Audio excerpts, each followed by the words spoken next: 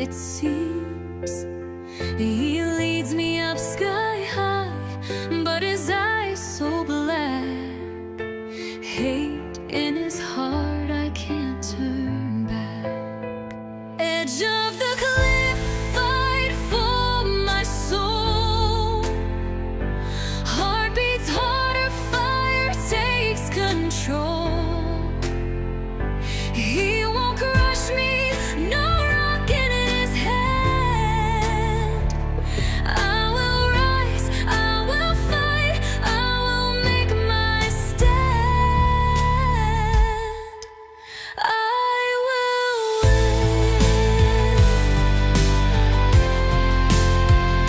I will win. Sun on my skin burns more than his glares. Jungle shadows stretch dark, tangled in fears. His lies cut deep like a blade in my side, but I hear the truth, it's survival tonight. Hands grip mine, he tries to pull me down.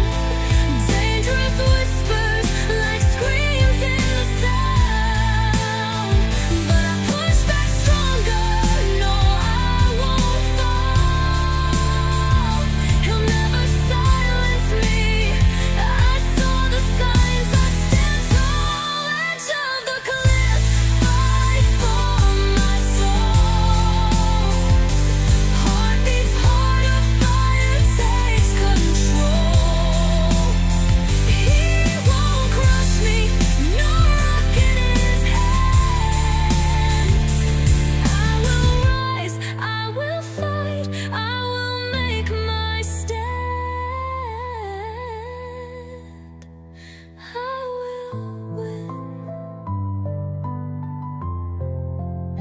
Blood paints the ground, fists scar the air. Strength in my veins, rage beyond compare. His darkness can win, light blinds his lies. As I face the abyss, my spirit flies. I am no victim. I saw the signs, I felt the pain, yet I stand feet still on the ground. I'm a hero, victorious, I remain. He can't beat me down. I will rise, I will heal, I will win. I will win.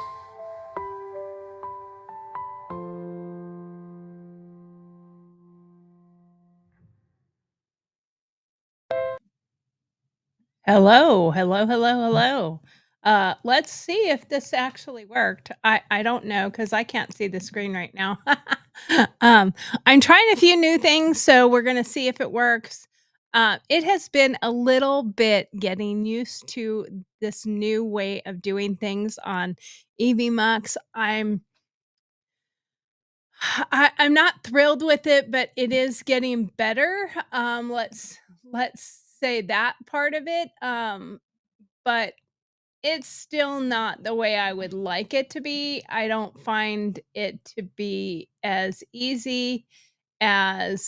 um as easy as it was with the uh I can't even talk. I don't find it as easy as it was with the StreamYard I used to use. So StreamYard is actually very simple and very easy to use. And I find this one to be very cumbersome and very difficult to use. So it's a little bit frustrating. And as you can see, I'm looking over this so that I can see. So I've got to rearrange some things in here because this is not working for me. It's a little bit too cumbersome.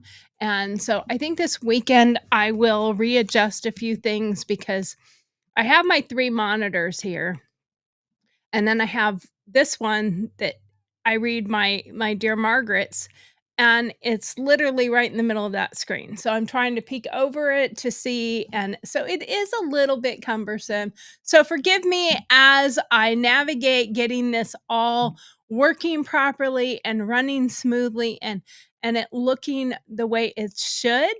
Um, I appreciate the support from everyone as I do transition here. So I would like to show my appreciation to everybody, and you know, all I can say is I'm a work in progress, and it's going to get better as I go. Uh, like it literally just took me out of the screen, the one I'm trying to fix right now, because I don't like being I don't know what the word is I'm looking for, but I don't like being in the background wrong. That overlay should be not cut and pasted incorrectly. It says to move it down, but it doesn't move it down. I don't know. It's very frustrating. I know y'all don't care, but I'm just saying it's one of those things that gets you a little bit bothered when you're trying to make things work properly. So anyway, here we are. We're working on it. We'll make it work. Um, so that intro song today was uh, I am streaming on Facebook also, so I'm not sure if it's sharing on there or not. Let me know if it does. I am not sure. I do see that you yeah, you misspelled the name, but it was autocorrect. I knew it was autocorrect. But I figured it was autocorrect, but because it does it to me all the time when I even type my own stuff. So that's the way it is. Um, so anyway, what I want to do is I want to start off today with we're gonna start out with our Dear Margaret's. Ooh, excuse me. I think I'm gonna start to do Dear Margaret's at the beginning of every episode because I actually have a Dear Margaret that ties directly in that I received yesterday, and it ties directly in with our actual show today, which if you have followed it, if you have seen it, we're going to be talking about the Koenig attempted murder and domestic violence. I do not consider myself a victim of domestic violence. I am a victor. I am victorious from domestic violence. I rose above it. I am working on a book. Eventually, I'll get it finished. It's called Battered to Blue, but it's not about the bruises. It's about I was I was going through all of that domestic violence stuff, and I became a police officer because of it, really. So I reference it as I was battered into the blue uniform because that's what made me become a police officer. So, and eventually I will talk about it. I may tell a little bit of my story, but this is not my story today. So, I'm not doing this is my story. I'm going to take anything from someone that was horrifically treated and luckily survived. So we are going to talk about that. But let's get started right now with our Dear Margaret. Let's do that to begin with, and then we will. I do have a screen for that, but I'm not going to play it right now. I'm just going to play the music, and then we will get started with our Dear Margarets.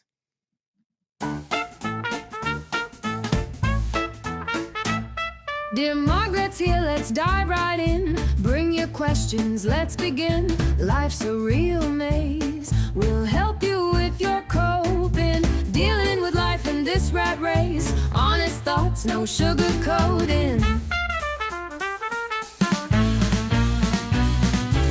Tell us It's your tales, your woes, your gripes. No fluff, no bows, just real life types. Sign it clever, let your pen take flight. We'll serve the truth, sharp and bright. Send us a query, take a lead. No hidden rules, no secrets to keep.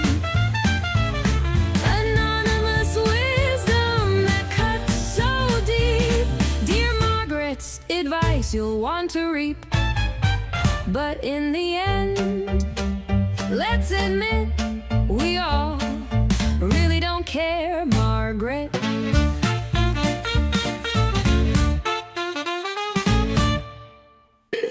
All right. So our first Dear Margaret is let's see here. Okay. So our first Dear Margaret is this one. Dear Margaret, recently I came home from a long day of work and was tired, looking forward to a relaxing evening. Dinner and maybe a show like Yellowstone before bed with my wife. When I arrived home, my mother-in-law was in the kitchen talking with my wife while she was finishing dinner. This happens time to time. Several years ago, my wife and I moved from the East Coast to the West Coast for a higher position in the company I work for. My wife did not want to leave her mom. Her dad passed away just months before our relocation, and her parents had been married for nearly 50 years.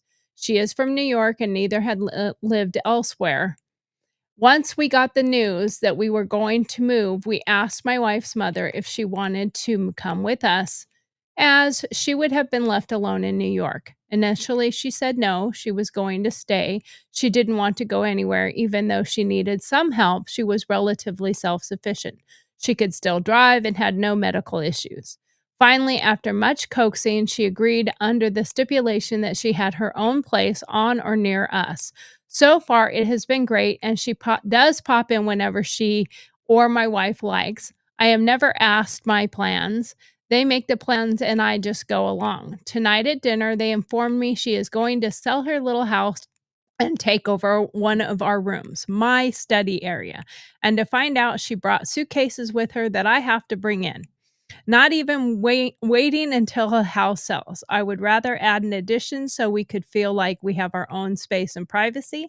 I feel like this is my wife and her mom's house, and I am the guest. How do I share my feelings without hurting them? What do I do now? Signed, not consulted, and keeping the peace.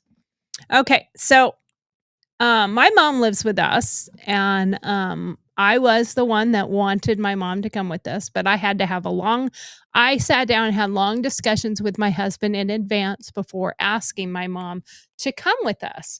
And we did sort of have a similar situation when we first asked her to come. She did not want to come with us. Now, my mom does not drive, and she does have a heart issue, and she is sight impaired. So she couldn't drive, and she would have had to rely on other people or Uber or Lyft or something like that to get her around, and like Instacart or something like that for delivery. So in some aspects, the modern time makes it a little easier for that type of thing because you can order Instacart. I could have even helped her from Alabama. But I just really didn't want my mom left alone. My stepdad, her fiance really was had passed away not that long beforehand. So yes, that was an issue. And there was no direct family really left there. Her brother was there, but he had ailing health, and my aunt, and a couple cousins, but they don't come around very often. And her brother and both him and his wife died very shortly after we had moved, not that long, maybe a year or so after we moved. So she wouldn't have had them that long anyway, and he was already in ailing health, and she uh went down the hill very quickly after my uncle passed away. So did my aunt. So that being said, it is a difficult decision in some aspects because you are offering to give up a portion of your life. You know, they are going to be a part of your household. Now, her wanting to have her own little place, I would say that kinda thrown at you like that, but maybe just have a discussion and ask, what was the reason that, that it was so abrupt. Did something just happen that scared her? Are all these does she drive a Tesla? Are all these things happening that's going on in the world? Did she get scared? Did something happen that scared her? So that would be a question that I would have for them, is to ask, "Hey, what suddenly brought this on like this? Did you find maybe she just found out she has a serious medical condition?" And then bring up the option to say, "Hey, you let's we'll make you comfortable in the study while we get you a little addition added on, um, and see how they react to that, if they would be willing to consider that." So that would be how I would probably handle it.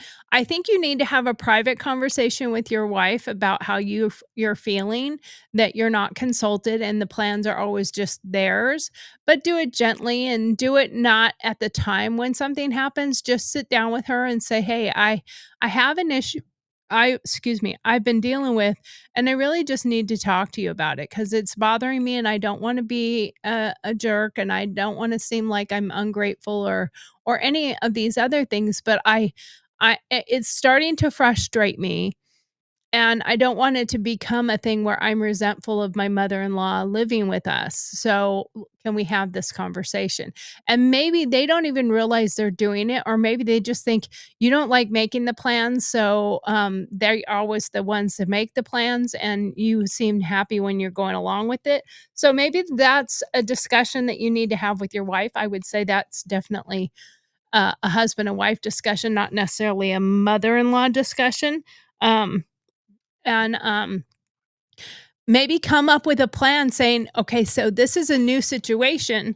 So you can also throw in, "Okay, since this is going to be a new situation, can we maybe do a date night once a week that it's just us, even if it's in the house, where we watch the TV together and we have a date night and we watch a movie, or we go out to dinner, or we do something just the two of us alone." You got to have that alone time, and you got to have that private time too. So that's just a little bit of my thoughts on that one. Thank you very much. And let's go back to the next one here. "Dear Margaret, my 16-and-a-half-year-old son seems to think he's a fully grown adult, except, of course, when it comes to paying his own way. He wants full control over his decisions, spends my money like it grows on trees, and believes chores, working, or having a curfew are beneath him. When I try to set boundaries, he acts like I'm being unreasonable for expecting him to contribute or follow house rules. How do I teach him that adulthood isn't just about freedom, it comes with responsibility too? Sincerely, Bank of Mom, currently closed for withdrawals."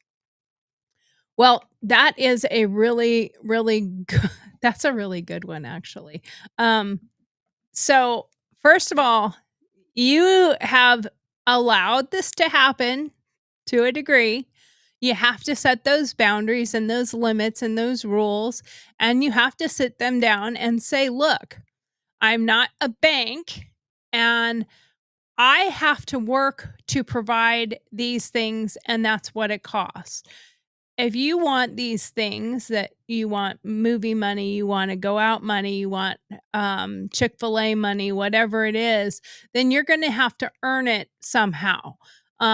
Whether it's doing chores or grades or whatever it is that you come up with, but you have to sit him down and set those boundaries, and you have to put a point blank that you are the parent, they are the child, and that they are not in charge, and that money doesn't grow on trees. There's not an unlimited bank account for you. So you need to just really be the parent.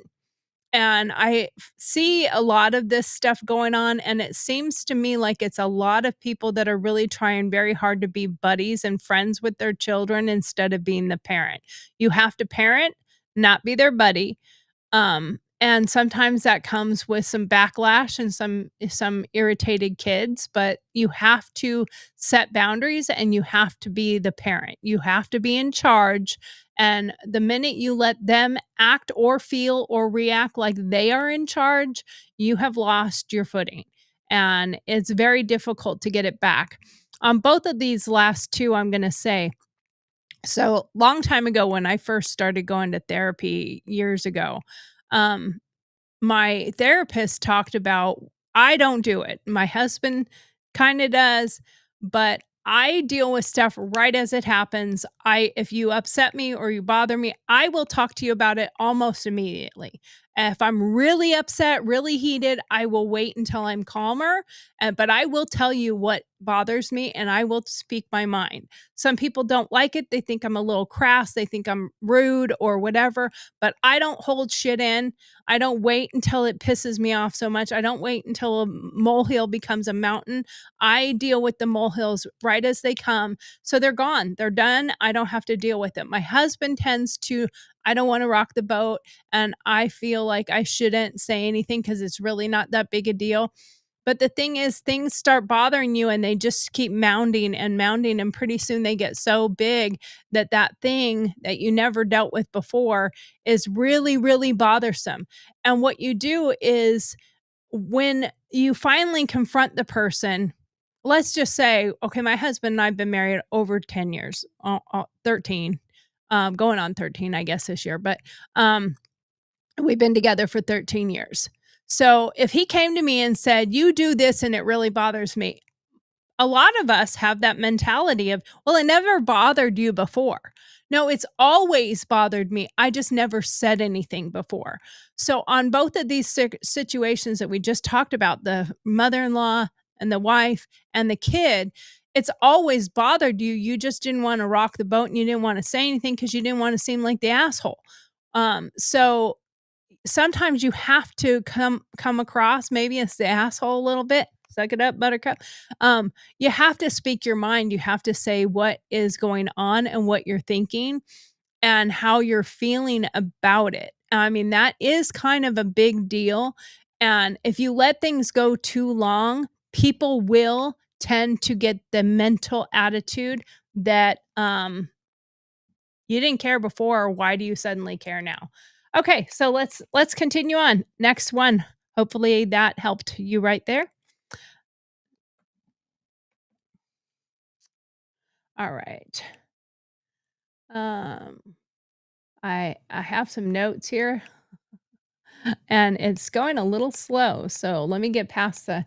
Okay, so we have recent events in the peaceful protests of Tesla takedown rallies and violent incidents like arson provide um, the context for these particular questions. So that's why I selected them when they were sent in to me, because I think it's important for us to talk about the current events and what is happening. Um, but we have politics and Tesla boycotts, and we have a lot of stuff going on. So I did get a couple Dear Margarets regarding that.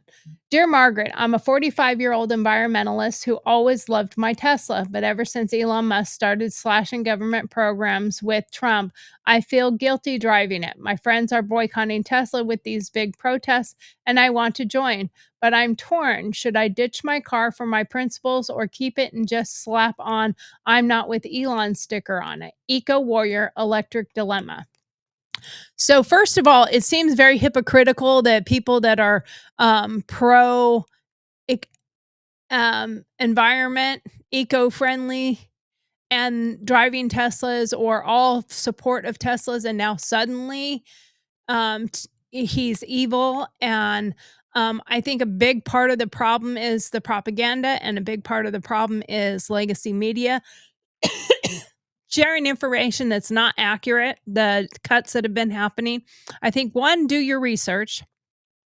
Actually go do your research. Research what things are being cut because they say this they cut $800 million from medical testing and finding cures and stuff like that. And that's not what it is. It's a lot of fluff and nonsensical things like I can't remember which ones they are, but like, a lot of them are LGBTQ, transgender affiliated, and gender studies, and in foreign countries with ridiculous things. So you have to look at the full facts. And if you want, make your banner that you want for your protesting, put it on your Tesla, I guess. Get a wrap. I don't know. I think you should research more so you're more familiar with the actual facts. And it seems pretty hypocritical to be burning down Teslas and firebombing Teslas and dealerships and going after a business owner when they're not protesting Doge. They're not out at the federal buildings or the state buildings or any of that protesting the government. They're protesting a man and a business. And he is just one part of that. He is not the only part of it. And he has not, and that has to be the biggest thing that is being the misnomer and the biggest propaganda is Elon has not cut a single thing. Elon himself has not cut anything. He puts recommendations forward and shows them where the flaws are, where the faults are, and what the problems seem to be alluding to. And he puts it up to the powers that be. They are the ones that are cutting stuff, not Elon himself. And Tesla has nothing to do with it. So, in my opinion, you're protesting the wrong thing. You should be, if you're going to protest, you should be protesting at a federal building or something and protesting Doge or the government, not Elon. And we've had so much fraud and misuse of our government money for so long that I think it's time that we actually take into account that there is an awful lot of crap that has been being spent, NGOs and Department of Ed, all these things. And people have been saying for years the Department of Ed should be defunded and ended because of its misuse of the money. And our kids are dumb. There's a girl right now that has filed a lawsuit because she graduated valedictorian of her high school graduation, and she says she's illiterate. Or her family. I don't know. I haven't dug into that one. I will eventually. But how do you get to the point of being um an actual valedictorian and you can't read? That and what they and you have to understand what the definition of literacy. It is a effective and affluent reading ability. You can read little bits, but if you can't read correctly, you are considered illiterate. So it doesn't mean you can't read at all. Okay, so back to the other question. Let's get back to this next one.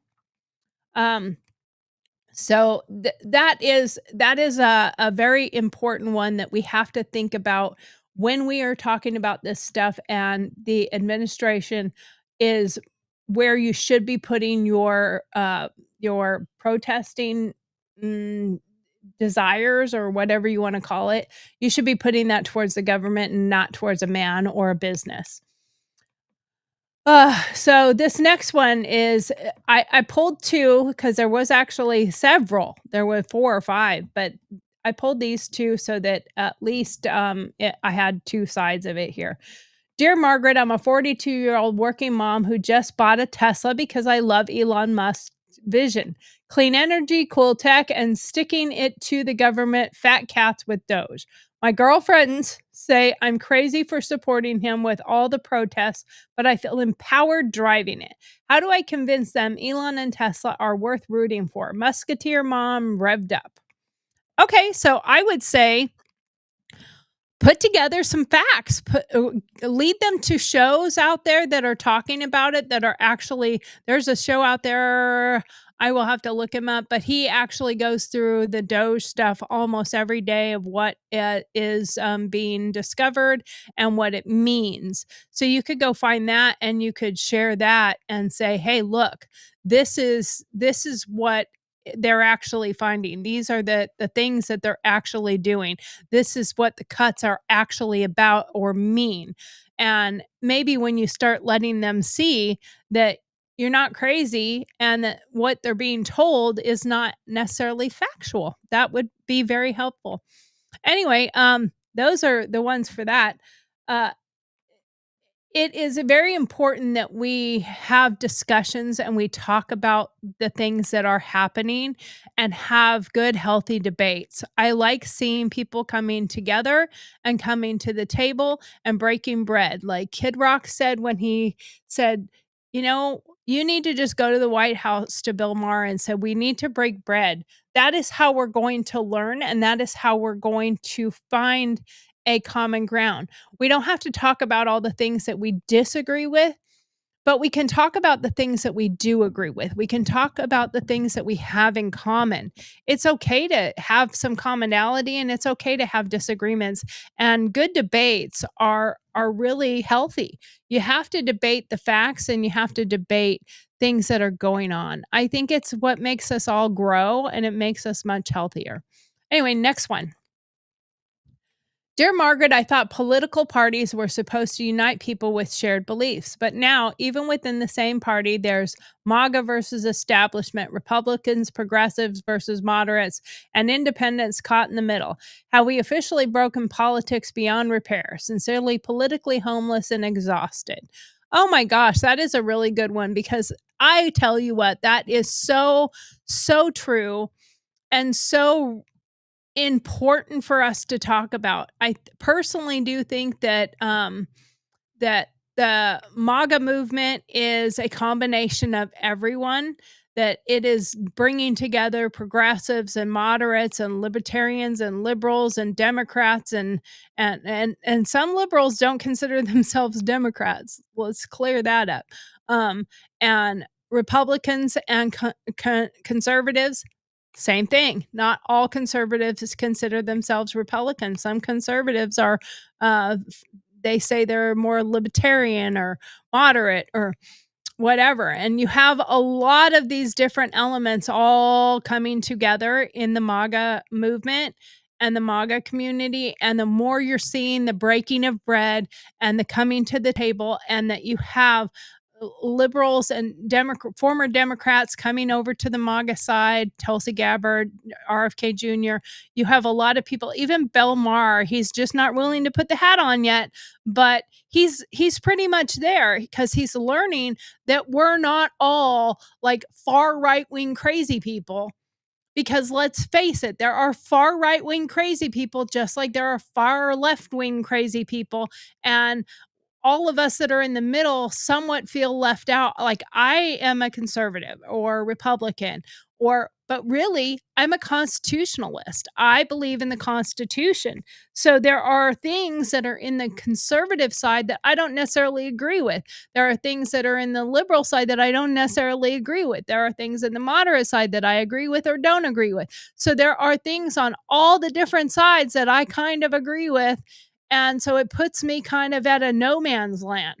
I don't have a home, but you do if you're a part of the MAGA community. And if you start going to MAGA events, you will find that you are really, it really can find a place um, to go because there is something about that. There is something to um, joining a group that has so many from so many different sides that it is incredible how much we embrace. There's a lot of people that have come to this side or the MAGA side because they said, I'm going to go to a MAGA rally just to see what they're really like, to see what's really about these people. Because I don't know. And I kind of want to find out what their real deal is. And you know what they're finding is they're finding, oh wow, they didn't hate on me. They embraced me. There was a man who not that long ago he went to both Trump rally wearing a Harris shirt, and he went to a Harris rally wearing a Trump shirt. At the Harris rally, he was attacked and bullied and forced to leave and just absolutely under attack. the Trump rally he went to wearing the Harris shirt, he was embraced and they said, "Ah, come on, come on." Um, uh, so it's really important for us to come together. So, back to one of the other ones that we have here, I want to share these messages real quick. Hello. Why can't it? Why is it not letting me see it? I can't see it to read it because it is there, but I can't see. It used to have like a little arrow or a little hourglass on it. I don't know. Now I can't see it. Okay, here we go. Literacy, capacity to communicate using inscribed printing or electronic signs or symbols for representing language. That is the meaning of literacy. And oh, okay. I think he just posted the same one twice. Thank you so much, Squirrel. I appreciate that. Um, I like when I have someone that's throwing out some information for us. And our last and final Dear Margaret is this one here, and I put this one on specifically because the person that messaged me this, it directly relates to our show today, and the rest of our time will be spent on that, um, horrific event that happened in Hawaii. Dear Margaret, I'm a 39-year-old mom of two, and last month my husband of 10 years tried to choke me during an argument over something trivial, dinner being late. I got away, locked myself in the bathroom, and called a friend, but I haven't told the police or left him yet. He's apologized, says it was a moment, but I'm terrified it's just a start, especially after hearing about that Maui doctor who nearly killed his wife on a hike. My kids adore him, and I don't want to break their world, but I can't sleep wondering if I'm next. How do I know if this is a one-time thing or a warning? I'll end up a headline. Shaken, not stirred by safety. Um, so I would say, for one, this mirrors um, and I'm not sure how she actually pronounces her name. I've heard it several different ways, but Ariel Koenig's experience escalating violence from a trusted partner. It is really difficult to give you the exact answer to that. The reality of it is, if you have those red flags, if there has never been any violence ever before and it went that far, there needs to be some investigating into why he abruptly went that aggressive, that bad so quickly, because there might be more to it. Um, and I would immediately be asking him to get into some counseling. He needs some anger management. He needs something because you and your children need to feel safe. Um, and that might even account to saying, "Hey, you need to go stay somewhere for a little while because I don't feel safe with you right now."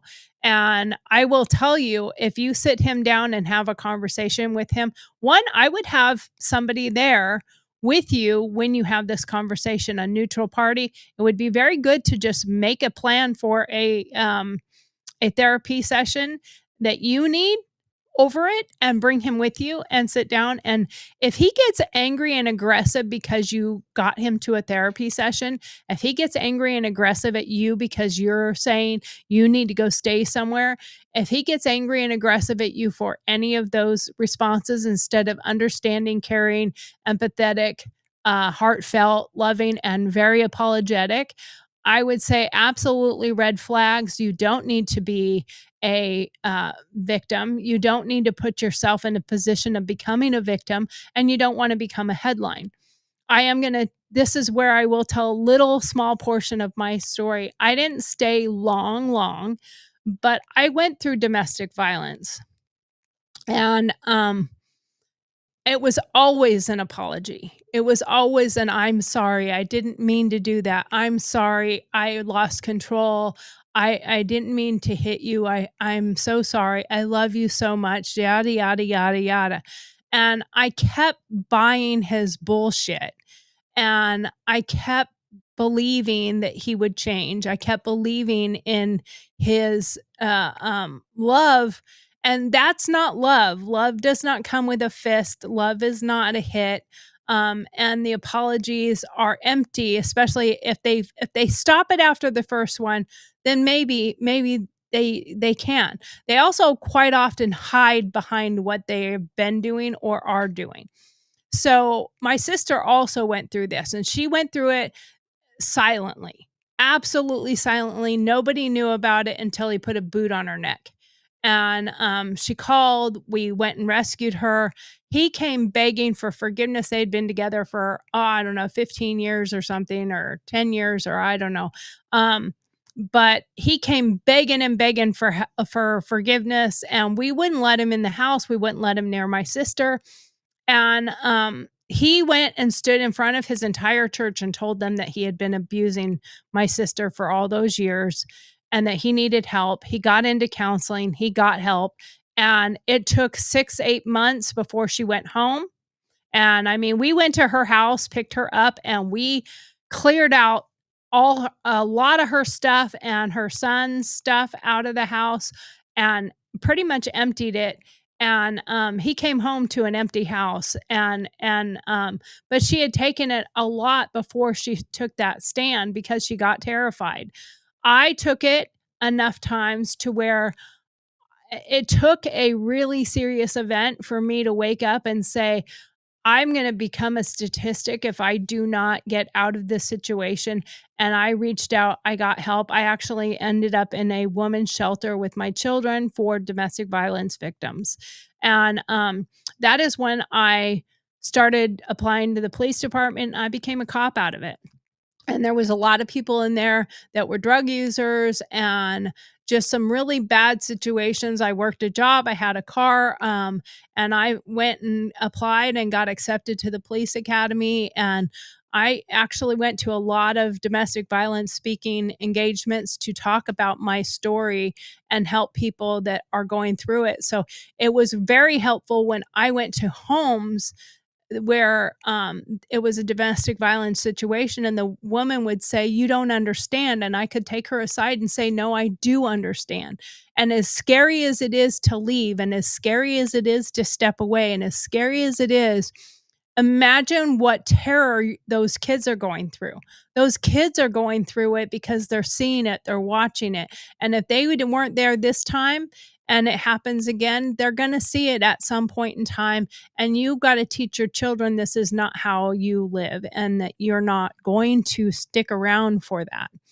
So we have to think about those things. Violence from a trusted partner is not love. And no matter how much they apologize, no matter how much they say they're sorry, if they continue to do it or they've done it more than once, it is not a one-off. So this is a one-off for what you wrote there, but I would be very, very inclined to go directly to counseling and give him ultimatums and stand your ground. And I have somebody that I've been helping dealing with a situation like this. It's alcohol abuse and violence as well. And he ended up in jail, and he's actually in a rehab right now. She helped get him into a rehab.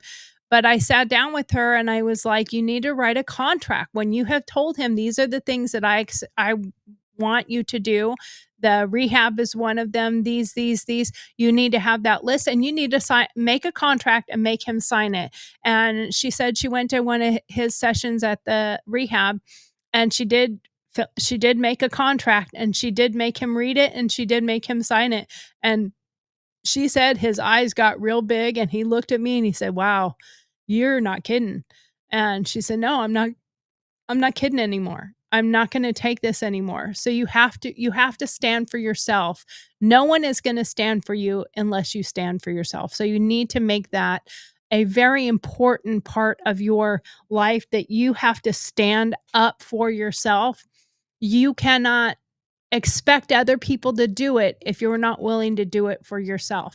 And that means stepping away in the scary moment of packing a bag and leaving the house, whatever you've got to do, you have to take those stands. And even if that's what you do right now while you get him into a counseling, hey, I'm packing a bag and I'm going to my sister's. The kids are coming with me. You go in, you get into therapy, and we will work it through in couples therapy together, as well as the therapy you need to do for yourself. And if he's not willing to do that stuff because he says, well, it was just a one time thing, I've never done that before, I'll never do it again. You did it once. So I'm going to stand my ground. This is important. So that being said, let's talk about this situation here. Let's talk about what has happened with this couple in Hawaii. If you haven't seen it, you haven't watched the story unfold. So this doctor in Hawaii, they live, I think in Maui is where they actually live. And he is an anesthesiologist, and they've been together and they've been married since 2018. It's a very sad situation because I went and looked up several different cases of spouses that have been, and it's happened to men too, because it happened with a woman that pushed her husband over a cliff. Um, but I mean, I'm grateful she saw the red flags in advance. That's why I wrote that song that played at the beginning. It was for her, but I'm glad she saw the red flags and she did not take the bait to go to the edge of the cliff. She was not taking that bait. And because she didn't take the bait, she was able to save herself. Now it appears that he was really, really planning something, because not only did he try to coax her over to the cliff to take a picture. I want to take a picture with you. Not only did he do that, but he also brought syringes with some kind of probably anesthetic or something like that, and which is crazy to me. Um, he brought that with him so that she would be succumbed with that drug that would eliminate her senses or something like that. So he came prepared. And, so obviously it's premeditated in my opinion. Now, of course, right now it's all speculation and it's all alleged, except for she's a survivor. So she gets to have her own voice in what happened. There were also witnesses that have come forward and have been interviewed and have written affidavits and everything else about what they witnessed, and that they came across a screaming woman and a man on top of her. And he attempted to get her to the ledge, probably just going to quickly just throw her over, because most of the cases that I looked up regarding spouses that went over, only a couple of them have successfully been prosecuted by a jury. One man was actually, his wife supposedly fell 20 feet over a cliff edge and went tumbling down and ended up drowned in the river. And the autopsy, she had no injuries, no wounds, no injuries. She was clean, and but drowned, and her head was stuck underneath of a log. They even tried testing with dummies that were her size, weight, height, and tossing them down. They got all sorts of injuries, and they never ever went in the river and floated to that direction. Now, of course, it's hard to simulate the exact way that the water was, but he got a hung jury twice. They chose not to try it a third time because they just didn't feel like, because they did not have that smoking gun, so to speak. But I think in this case, they have a pretty good smoking gun. You know, he wasn't successful in getting her to come take the picture and go off the cliff. and he was not able to get the syringe into her. He tried, and his 3rd attempt was he picked up a rock and started hitting her in the head. I believe it's over 10 times he hit her in the head. So, it is a very sad situation, and, unfortunately, it is one where we're finding out from more information that has come forward about this, uh, this story, is that he has apparently, according to her testimony that they have so far, is that he has been, um, abusive for several months prior. So going back to that person's question is, he has been being abusive, uh, for some time now, and, she was being silent. That is one of the biggest problems is we have to stop the silence. Talk to people, tell them that you're going through this, get their help. Like this woman reached out after the first time of something happening. Now, you also have to think that's the first time he's put hands on you, but has he said or done things that would make you question whether he was, um, uh, getting to built up to that type of situation? The stakes are high, people, and the fear of death, and when you have kids in the mix, it can really, really, really be a paralyzing choice whether or not you stay or you go, but you have to be strong, and you have to stand up for your children, and she has been choosing to stay with this man. Now, supposedly, he was jealous over, saying that she was cheating on him or something like that. Quite often, the people that are yelling those type of things are much more on the level of I don't know what I'm trying to say here. Much more on the level of it's been escalating to a point, and most people that are claiming that you're doing this, they're usually the one doing it. So I'd be curious to find whether or not there is a girlfriend or something that he has hidden somewhere. Supposedly, he said something to the fact that I am sick of you. And going back to that, Dear Margaret, um, she uses a James Bond twist by saying shaken, not stirred. So she's shaken by the violence, but she's not yet stirred into action. So I would say the same thing has happened to Ariel because she's been shaken by his violence over time, but she was never stirred into taking any action. She was never stirred. And sometimes that comes with clout, that comes with position. I guess they're both very successful. They live in Maui. He's a doctor. You don't want to upset the apple cart. He has a good standing in the community. She has a good standing in the community. And the sad part is when it comes to domestic violence, male or female, we often bear the guilt and the shame that is put on that shouldn't be put on us.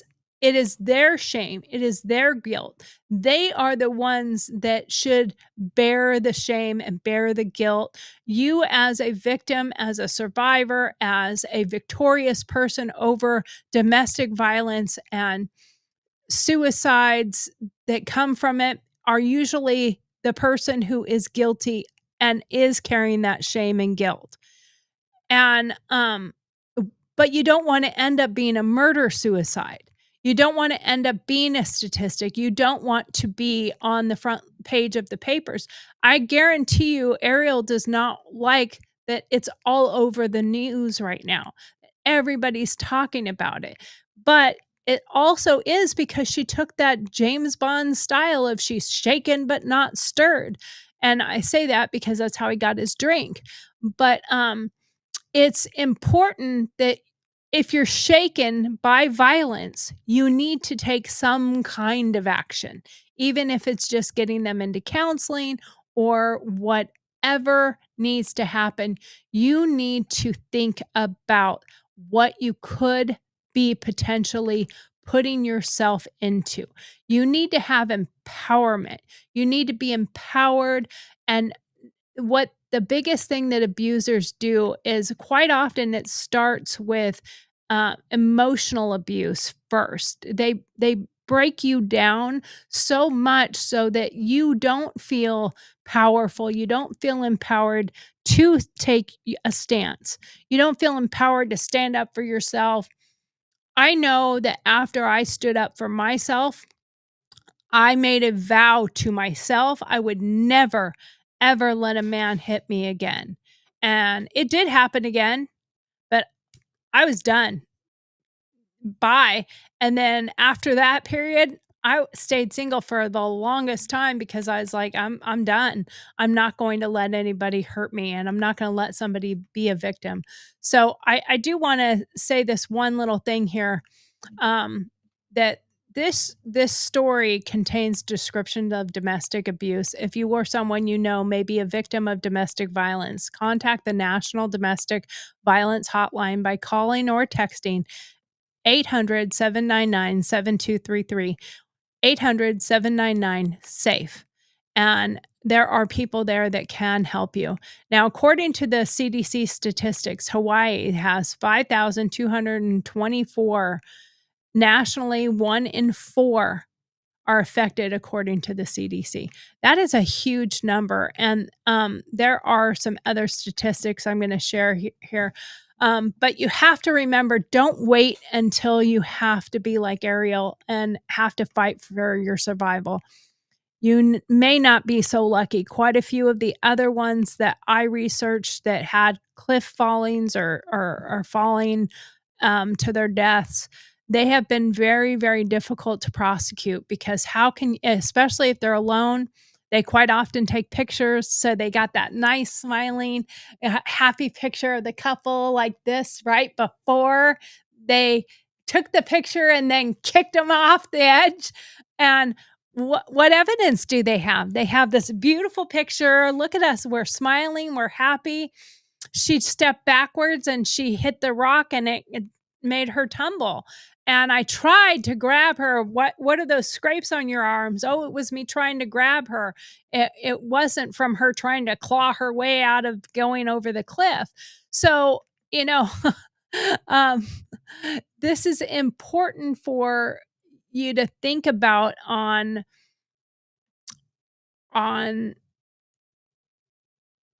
any given time that you go out with somebody. If there have been signs of some really, really horrible things, you might want to really take into account. But in this situation, imagine a birthday hike in paradise, Maui's cliffs, ocean views, turning into a fight for your life. That's what happened to Ariel Koenig on March 24th, 2025, when her husband, a doctor, allegedly tried to kill her. This isn't just a crime story, it's a wake-up call about domestic violence hiding behind perfect facades. Because, you have to realize that they had like a perfect looking story. So I'm going to share real quick. We got about a half an hour left, so I'm going to share my screen. And of course, like I said, I can't see, so I have to I have to go down here and look around my monitor here so that I can share it with you. But let's listen to a little bit of this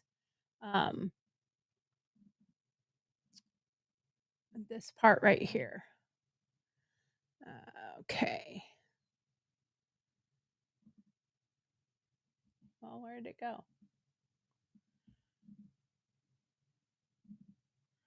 Hello.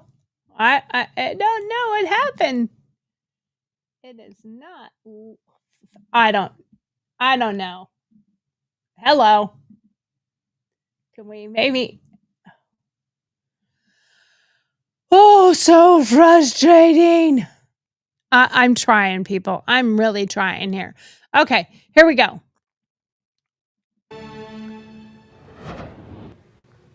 We start tonight with chilling allegations from the wife of a Maui doctor accused of trying to kill her during a birthday trip to Oahu. In court documents, she claims he has a history of violence and asked a judge to keep him away from their children and their dog. Maui anesthesiologist Gerhard Koenig is accused of trying to push his wife Ariel off a Pali cliff, beat her with a rock, and inject her with syringes last month.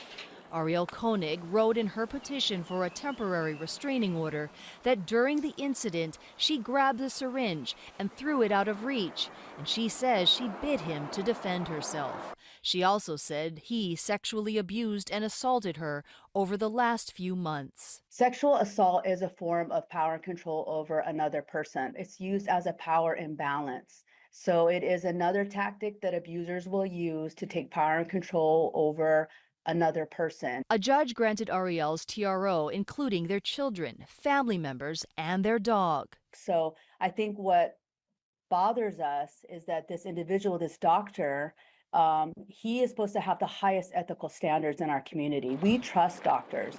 We feel that they will do no harm. And if we feel that they take this oath and they take this seriously, that they would not also harm their family members. Ariel said Gerhard accused her of having an affair, fueling extreme jealousy, and that they had been to individual and couples therapy.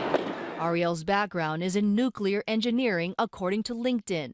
Experts say domestic violence affects all communities. A woman who is a professional. So let's talk about this for a second.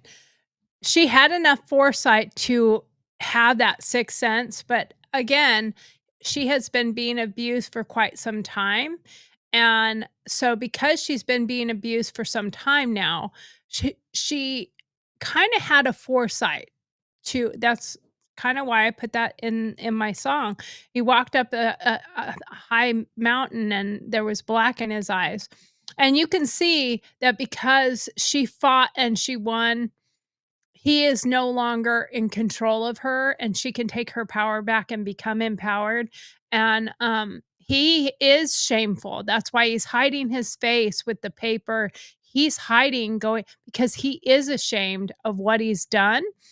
But he's only ashamed because he's gotten caught. He would have been, I guarantee you, 1,000%. Had she just gone up and taken the photo with him, he'd have had a couple really great shots real quick and then kick her off. And then he'd have been screaming and yelling and begging for everyone's help. And everyone would have came and looked over the cliff and, oh my God, how horrible, you poor man. And he would have become this person that everyone just swarmed around. Oh, you poor thing. Oh, that's so horrible. I can't believe that happened. Now, maybe there would have been enough evidence for them to eventually figure out that he had done it, but this is how people get away with that type of thing because the abuse has been silent. Now, I don't know how many people. I know the housekeeper has come forward and she has been interviewed, and apparently she said you would never have known. So he was very, very quiet and subtle with the abuse, and sexual assault is generally a very large part of domestic violence abuse. They use it as a tool.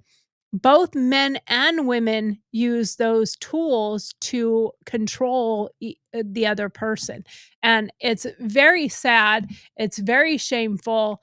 But it happens. It is a very serious situation that you really have to think about it, and you really have to stand up and become empowered. The minute any domestic violence red flags start appearing, you need to, call somebody, talk to somebody, seek some support and seek some help. Who has a high education. We're shocked that she would be in a relationship like this, but that's also a stereotype. Koenig is expected to enter a plea next Monday. The Domestic Violence Action Center has several contact numbers on its website, and we put a link on our website.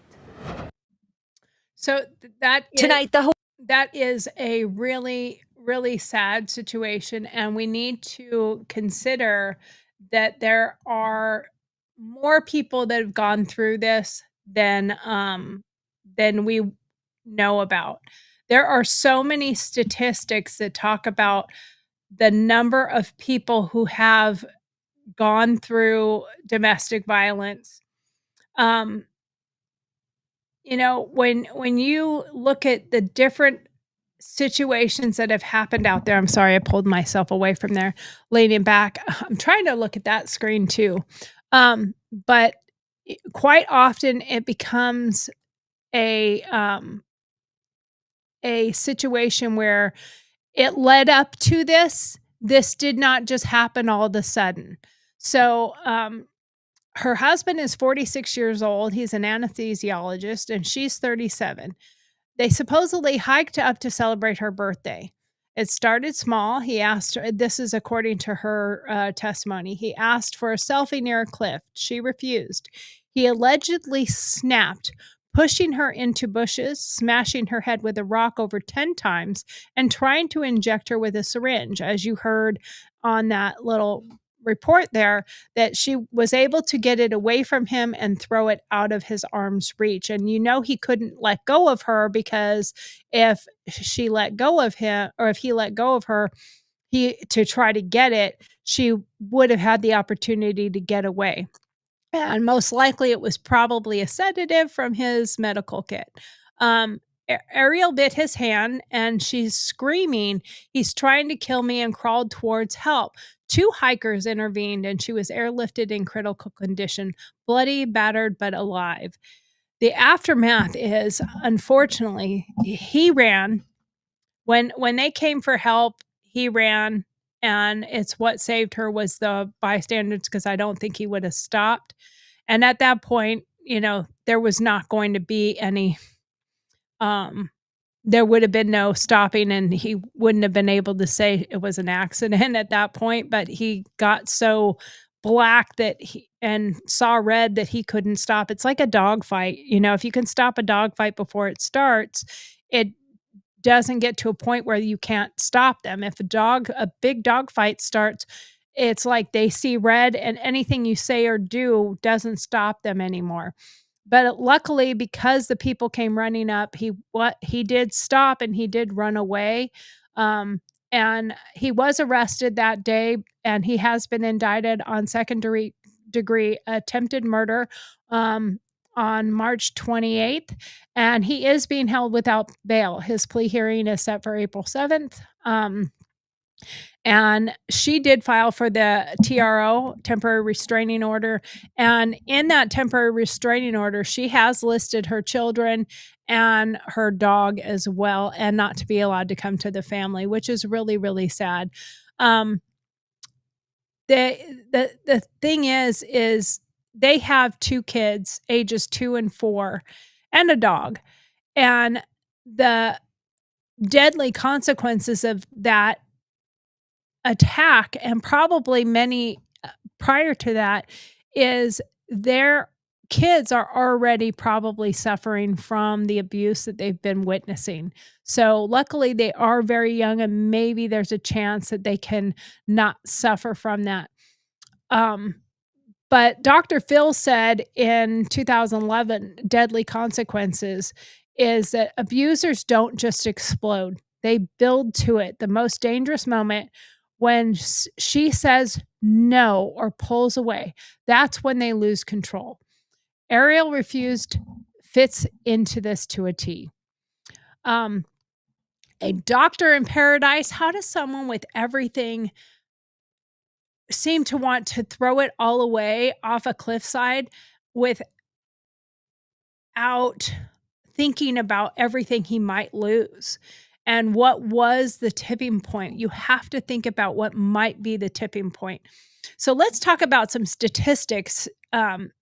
In Hawaii, 224 reported domestic violence cases in 2022. 73% are physical. That's according to the Hawaii Department of Health. And that's 14 a day.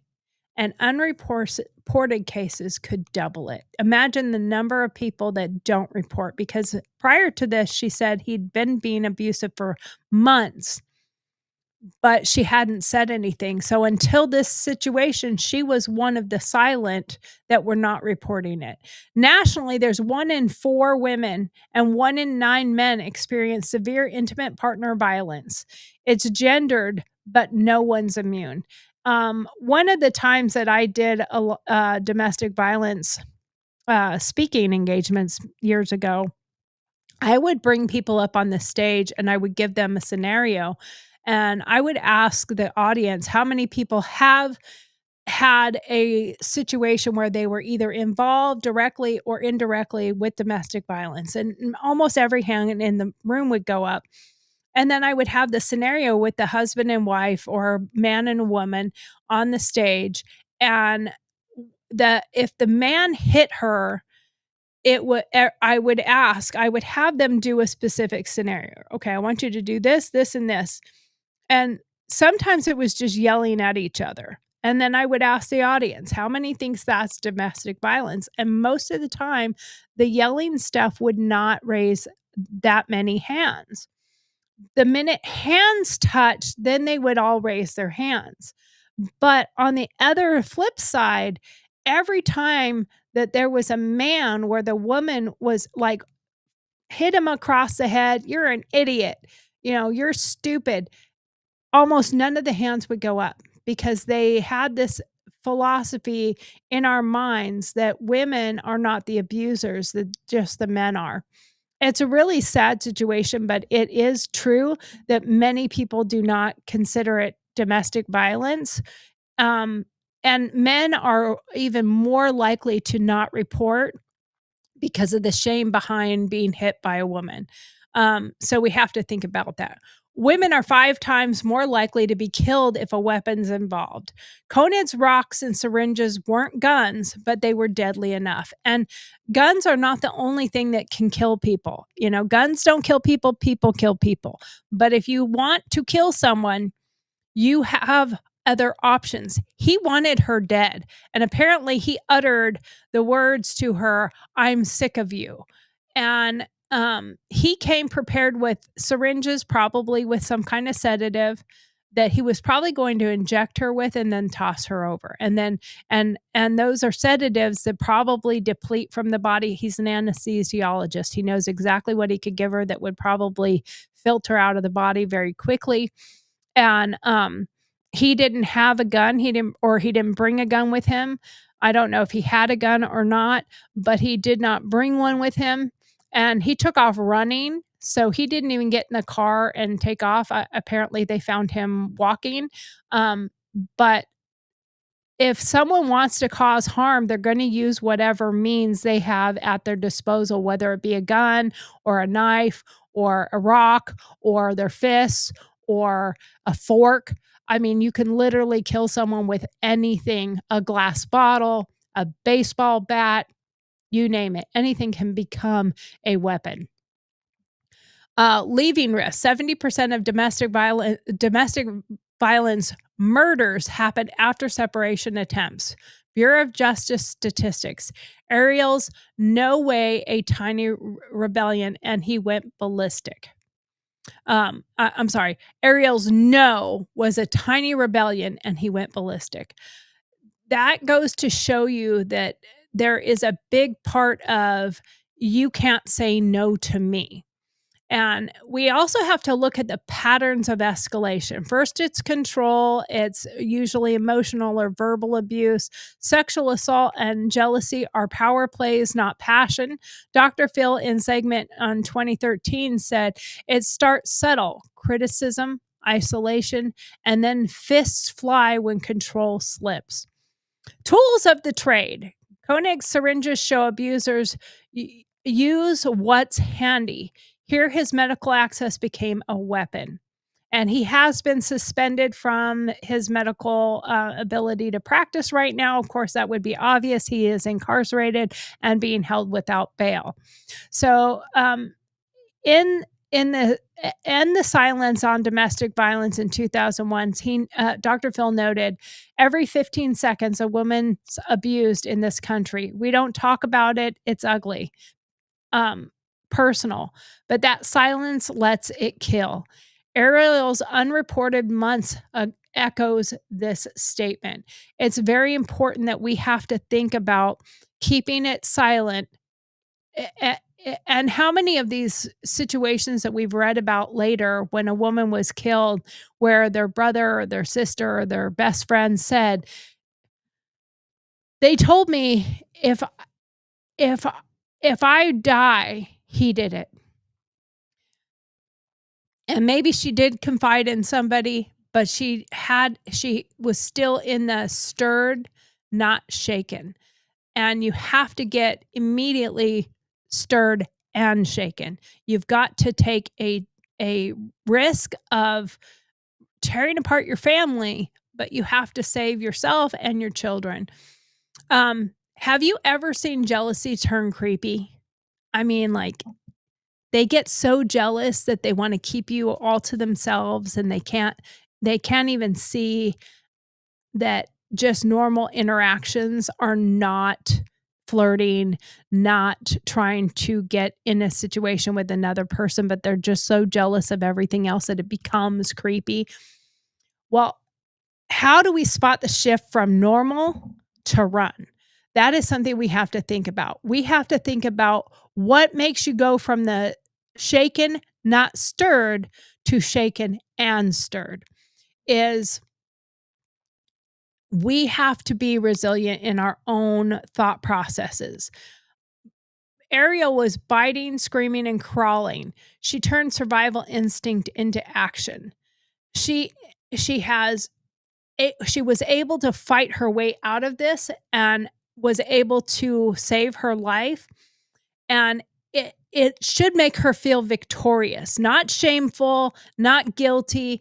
She should feel powerful. She should feel emboldened. She should feel like she is beyond.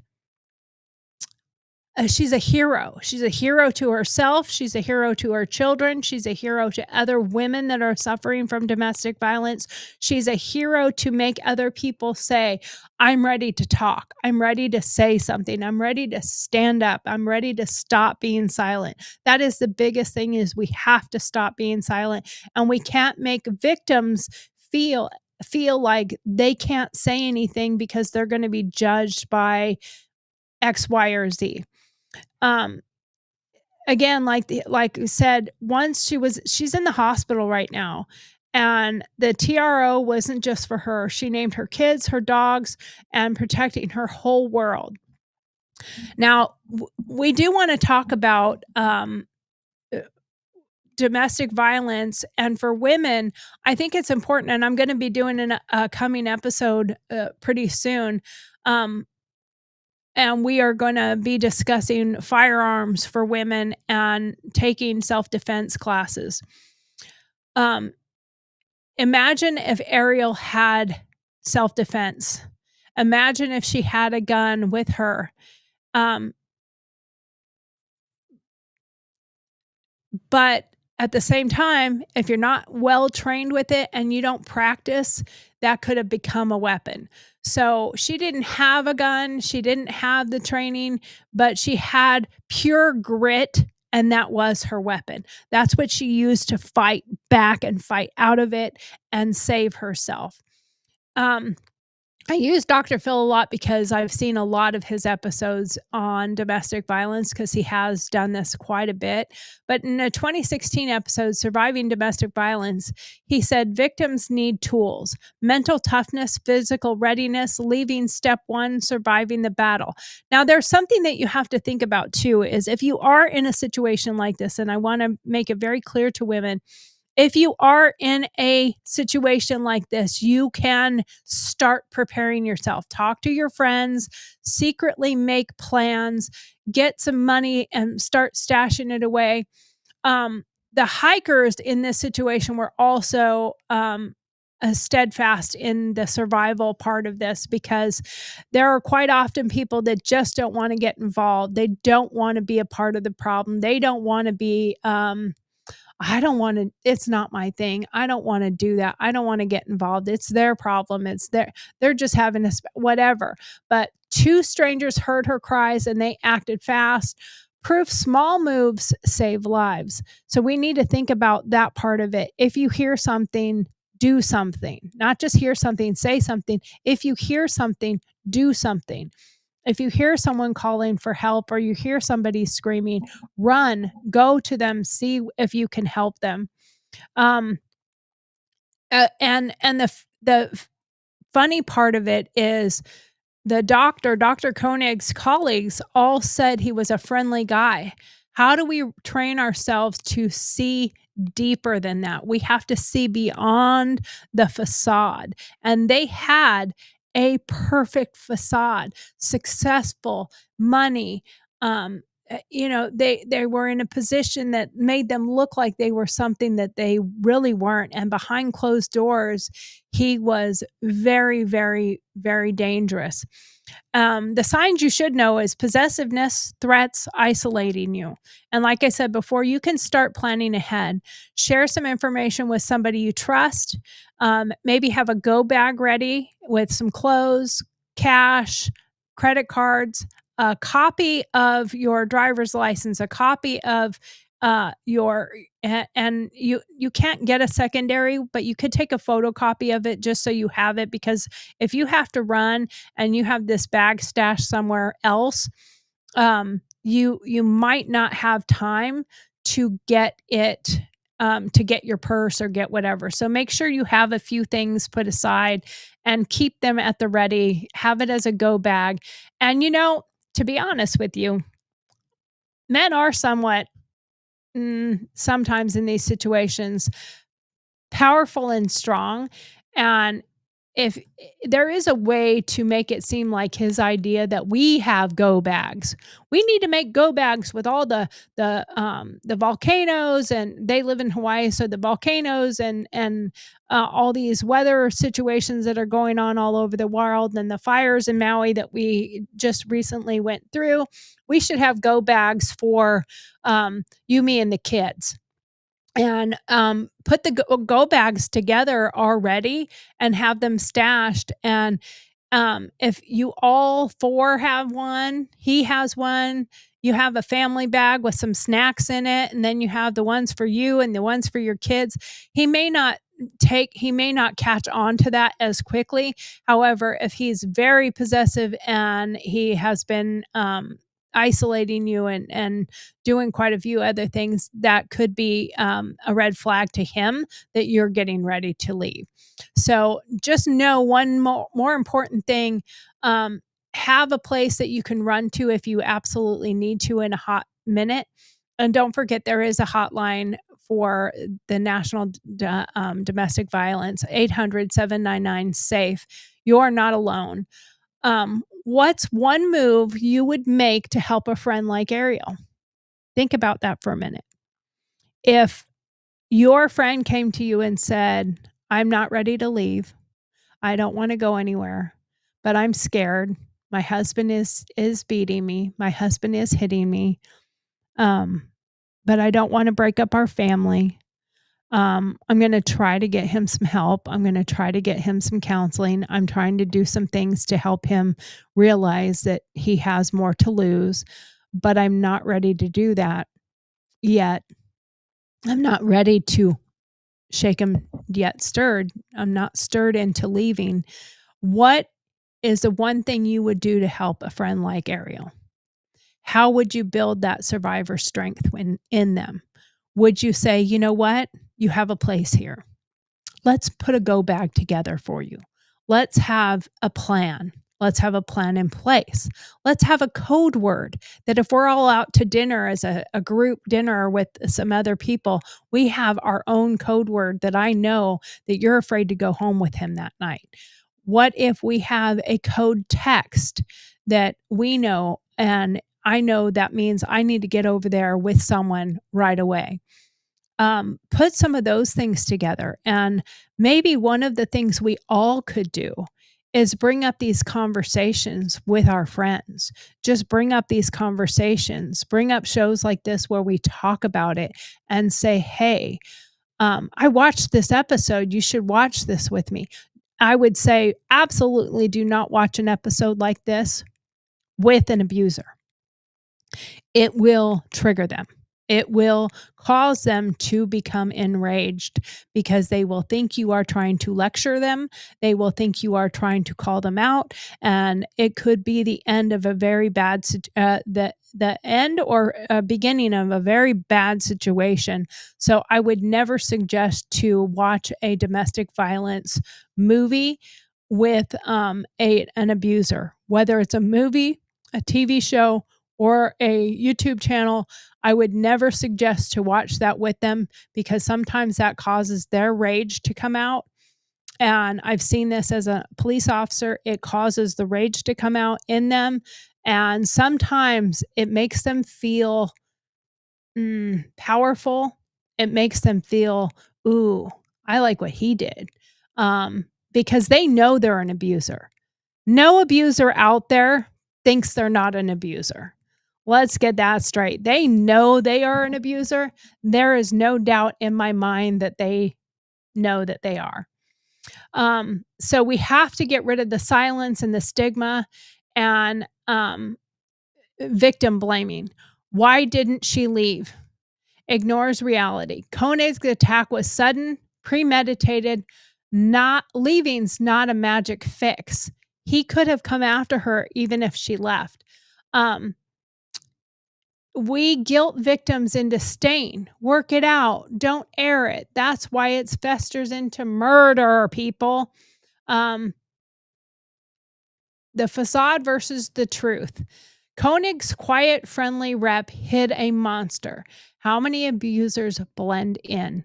That is very important. So many people hide within that good. And I guarantee you, if he was a calm, very, very quiet type of person, he probably was that quiet abuser. You know, I didn't want to hit you. I didn't want to, but you gave me no choice. You didn't do whatever. So I just had to teach you a lesson. Yeah, it's nice and quiet and kind of creepy. And men that are watching, don't just sit there. Good men call out bad ones. Notice a buddy's control streak, speak up.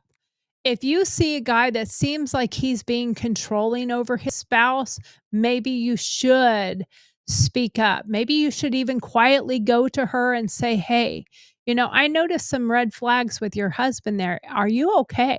And sometimes just one person reaching out to that person and saying, hey, I noticed something. Are you okay? She might just start just bawling and fall into your arms and hopefully not anywhere in his eyesight. But we need to be able to help people get that power. And sometimes just saying, hey, I see something and I'm worried about you. Now, there's also in the data shows that shelters are stretched thin, there's fewer beds, and there's more need for facilities. And remember, just because there's a TRO in place, enforcement is always spotty. He is free until trial, except for the fact that right now his bail has been denied. But once he puts in has his actual hearing on the 7th, he may have come up with the bail money. I know it's $5 million right now. But and bail may be completely denied. They still have that option. He is in Hawaii. It is a little bit harder for them to get away, but he's probably got money. He's probably got his own go bag, his own money hidden somewhere. But how do we shift the blame off of victims? What's one way society or you can break this cycle? Remember, one more time, in closing, if this is you, call 800-799-SAFE. It's a 24/7 free, confidential. Share this with someone who needs it. Let's keep talking. Dr. Phil said he's hammered this for years. Silence fuels violence. Ariel's fight proves we can't ignore it. And next time, we're going to dive deeper into it won't be tomorrow's show, but I'm going to be working on, I'm going to actually go to a shooting range and do some footage there. And we're going to talk about doing classes for gun safety, gun classes, and for actual defense classes. So we'll talk into that. Remember to like, follow, and subscribe to Gurl TauX. We really do appreciate that. Remember, don't be silent. Speak up and stand up. Stand up for someone. Ariel stood up for herself and her children. You do the same. And I wish you all the best. Thank you so much for being here today. That is the show for today. And I really appreciate everybody coming here. Please like, follow, and subscribe. I am going to get better and better at these shows. And I just want to say thank you so much. But share, I need the subscribers. I'm on my way to 100. You hear those people all the time. I'm on my way to 1 million. I'm on my way to 100,000. I'm on my way to 100. Okay. So I need some subscribers. Anyway, thank you so much for being here. Please tomorrow.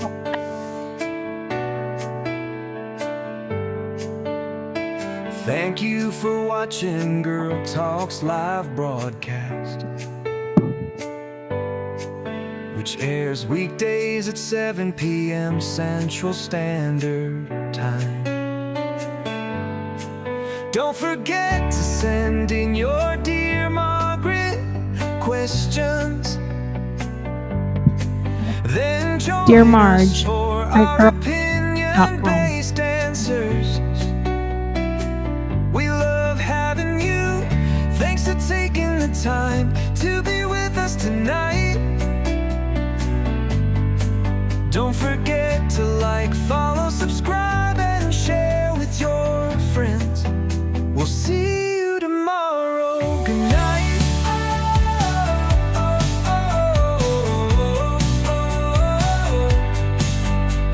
Good night.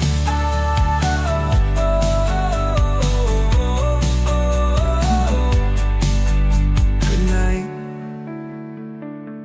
Good night.